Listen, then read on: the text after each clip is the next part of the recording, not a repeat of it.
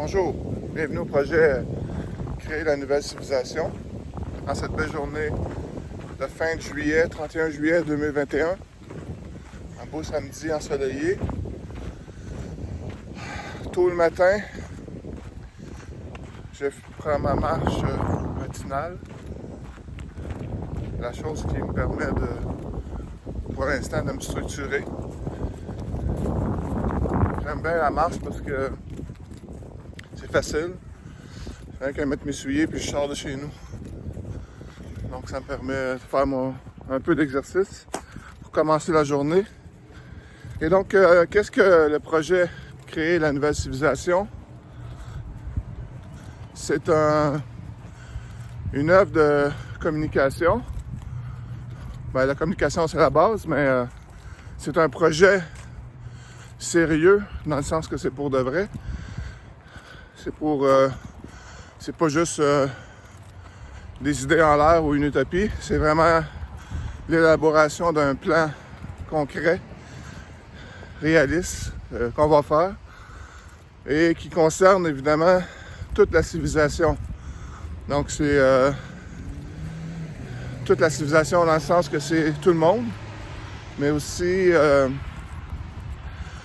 toute chose, toutes les dimensions de la réalité. C'est important de spécifier ça pour se différencier des autres causes qui sont importantes aussi, mais qui sont plus ciblées. Évidemment, la plus importante, c'est l'environnement.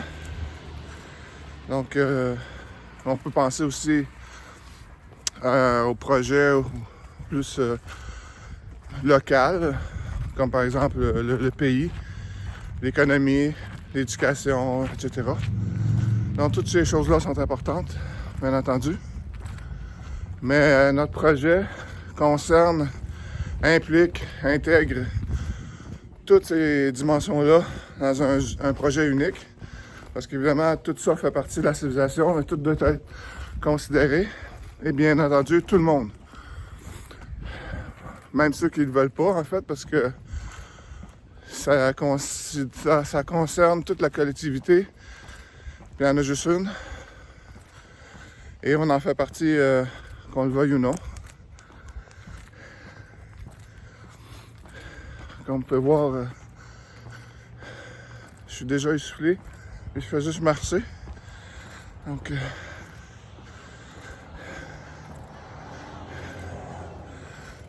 un super beau soleil. Il fait pas trop chaud.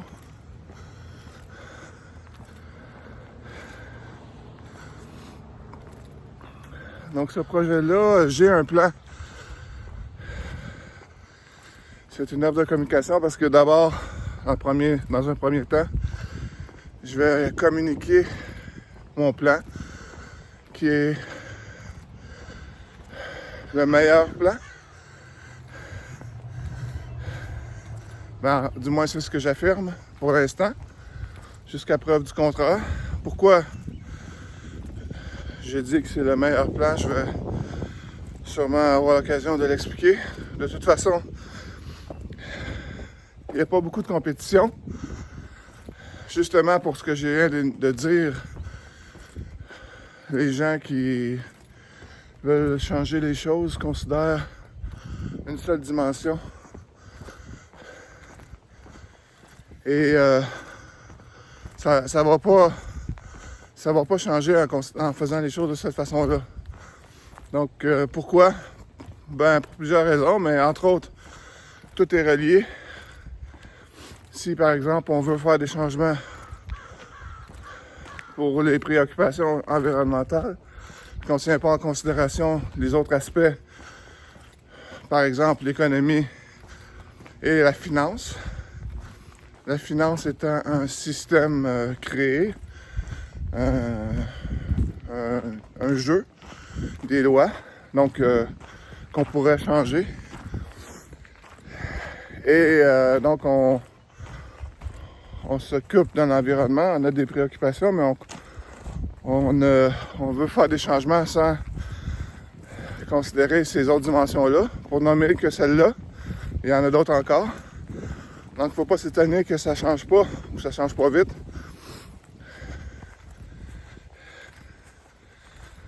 Par exemple, pour ce qui est de l'environnement, là, qu'est-ce qu'on entend comme solution? Évidemment, ils considèrent la problématique comme si on réglait les problèmes environnementaux sur Terre, on aurait le paradis. Comme on dit, sauver la planète. Mais même si on aurait un environnement parfait, il resterait encore beaucoup de problèmes. Ça serait encore pas loin d'être le paradis. On a beaucoup d'autres problèmes qui ne sont pas les problèmes environnementaux. Et donc, vouloir se concentrer exclusivement sur cet objectif-là, c'est limité, extrêmement limité, et ça ne fonctionnera pas. Par exemple, les environnementalistes parlent de décroissance. Ils parlent de consommer moins. Mais on s'est pris en considération que la consommation, c'est aussi la production. Et donc, les emplois et, bien important, les salaires. Parce que les gens, pour vivre, ont besoin d'argent. Donc, si on réduit la production, la consommation, on va affecter les salaires. Et les gens en ont besoin pour vivre. Donc, on affecte quelque chose de vital, de fondamental. Il ne faut pas s'étonner que ça bloque. Les Albertains ne sont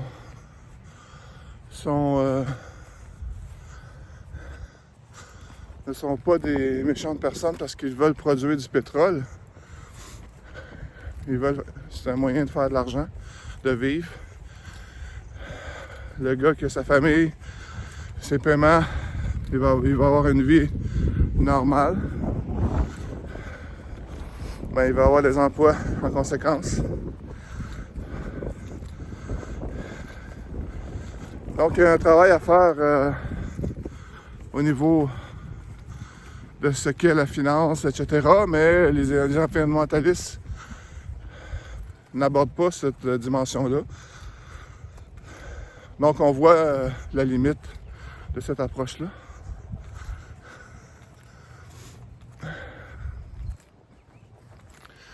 Donc, moi, ce que je propose, en fait, ce que je fais,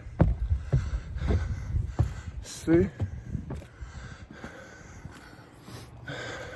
de créer un plan pour toute la civilisation. Et on pourrait... Donc, toutes les dimensions. Donc, c'est tout.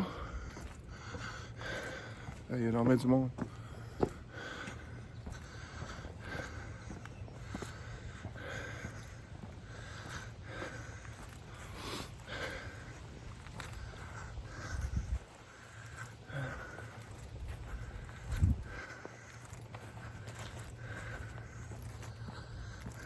Et puis tout. Ici, on peut voir la piscine qui est tout en vide. Je sais pas c'est quoi les heures d'ouverture, mais en tout cas, ça fait beau. Donc, le plan. Donc, c'est un objectif qui considère toute la civilisation, toutes les dimensions et tout le monde. Donc, je pense que c'est clair pour ça. Et pourquoi moi, je m'occuperais de ça? Ben, ce qu'on va voir dans ce projet-là de communication, pourquoi j'ai dit que c'était d'abord un projet de communication? Bien, évidemment, c'est comme ça qu'on rentre en contact et qu'on échange des idées par la communication. Ça se fait par les mots. Et c'est pas parfait, comme il n'y a rien de parfait dans ce monde-là, dans ce monde-ci. Qu'est-ce que, en utilisant des mots, c'est quoi le problème avec ça? C'est que un mot, ça peut avoir plusieurs définitions. Ça peut avoir plusieurs sens selon le contexte. C'est pour ça que les spécialistes de la communication demandent toujours suggèrent de vérifier avec notre interlocuteur si on a bien compris, nous, ou si lui a bien compris. Donc ça va être important. Surtout que moi, je suis pas un spécialiste ou quoi que ce soit et que c'est un sujet un peu hors norme, avant-gardiste, je dirais, parce que ça s'est jamais fait. On n'a jamais eu, en tant que collectivité humaine entière, donc sur toute la Terre, on n'a jamais eu à délibérément, inconsciemment créer la société qu'on voulait. Ça nous a été imposé ou on était fragmenté. La technologie n'était pas là avant, de toute façon. Il y a eu différentes civilisations, si on peut dire, cultures, qui ont fait des expériences et certaines ont eu plus de succès que d'autres et desquelles on peut certainement s'inspirer. Cependant, on ne peut pas dire qu'il y en a une qui a déjà fonctionné au niveau auquel on doit être ou auquel on doit aspirer pour la prochaine civilisation, celle qu'on est en train d'élaborer en ce moment. Donc, on peut s'inspirer des civilisations passées, que ce soit les Grecs antiques ou évidemment les Premières Nations, ou encore des livres de Jules Verne ou la science-fiction, ou simplement de notre imagination, parce que l'important, c'est pas comme ça n'a jamais été fait. On peut pas avoir de modèle à suivre, à calquer. Donc, il faut inventer et ce qui va nous guider, ça va être les résultats de ce qu'on va appliquer. Et donc, c'est ce qui va marcher. Ça va être aussi simple que ça. Donc, il y a beaucoup de choses à dire dans ce nouveau monde qu'on va créer. Et pour élaborer, communiquer les concepts de base, on va commencer par la fondation, les principes, les concepts, les définitions, les définitions de mots. Donc, c'est sûr que je vais utiliser des mots. Toute ma communication, c'est simple, c'est aussi logique et c'est basé sur la vérité. Donc, c'est pas rien de compliqué, de spécialiste ou avec des mots à 2000 pièces. Ce qui fait que c'est important, ça va être important d'avoir comme base de communication la bonne volonté. Je vais expliquer qu'est-ce que je veux entendre par bonne volonté. C'est-à-dire que ça va être important de bien vouloir se comprendre et comprendre ce qu'on dit. Donc, c'est-à-dire d'aller vérifier si on a bien compris. Et pour ça, j'ai une petite histoire. C'est moi, je suis à la table, je demande à Paul de me donner le beurre. Passe-moi le beurre, Paul, s'il te plaît. Et il me donne le sel. Donc, qu'est-ce que je peux en conclure? Ben, Paul m'a pas compris. Donc, je réitère ma demande. Je veux avoir le beurre. Et est-ce que Paul va comprendre et me donner le beurre? Jusqu'à temps qu'il l'ait fait, je ne pourrais pas dire qu'il m'a compris. Et qu'est-ce qu'on peut déduire de cette interaction-là? C'est que, plusieurs choses. Premièrement, c'est pas parce que je demande le beurre je veux communiquer quelque chose. Et vraisemblablement, d'après la réaction de Paul, il m'a pas compris. Donc d'abord, c'était qui a décidé si la communication a été un succès? Ben, c'était la source émettrice. Donc c'était à moi parce que c'est moi qui ai demandé le bar. Donc c'est moi qui sais si ça a été un succès. Donc autrement dit, s'il m'a compris. Ensuite, c'est pas parce que je demande le bar que j'aime pas le sel. Il n'y a rien contre le sel. C'est un simple exercice de communication. Donc c'est très simple, mais en ce sens-là, dans cette œuvre de communication-là, c'est moi qui est la source émettrice d'idées, de concepts. Je partage ma vision et ma tâche, c'est dans un premier temps, d'être compris. Et donc, d'après la réaction des gens, je peux voir s'ils ont compris les concepts. Et ensuite, que vous ou que peu importe qui ne soit pas d'accord ou ait des objections ou quoi que ce soit, ça, il n'y a aucun problème avec ça, évidemment. Mais la première étape, c'est de comprendre ce que je dis, en l'occurrence, parce que pour l'instant, c'est moi qui communique quelque chose. Bien évidemment, c'est la même chose dans toutes les situations.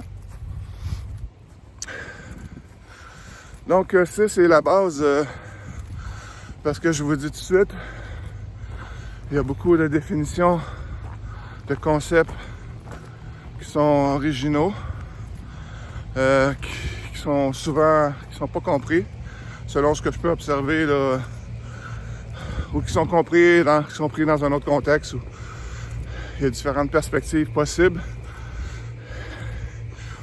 Et pour que ça fonctionne, pour que je réussisse dans un premier temps à communiquer et ensuite qu'on puisse faire quelque chose avec ça, ben c'est important de considérer ces choses-là.